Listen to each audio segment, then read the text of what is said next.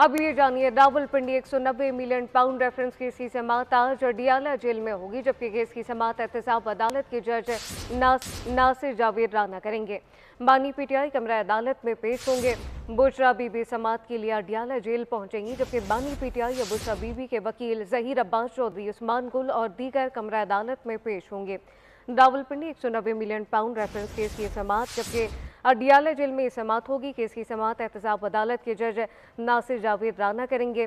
बानी पीटीआई कमरा अदालत में पेश होंगे। बुशरा बीबी समाअत के लिए अडियाला जेल पहुंचेंगी। बानी पीटीआई और बुशरा बीबी के वकील जहीर अब्बास चौधरी, उस्मान गुल और दीगर कमरा अदालत में पेश होंगे। अहम तरीन समाअत होगी आज अडियाला जेल में। केस की समाअत एहतसाब अदालत के जज नासिर जावेद राना करेंगे।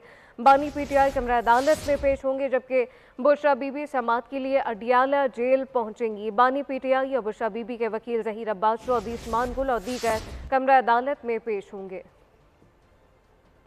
और अब ये जानिए, लाहौर में FIA और ANFCB की बड़ी कार्रवाइयां। कत्ल के मुकदमे में मतलूब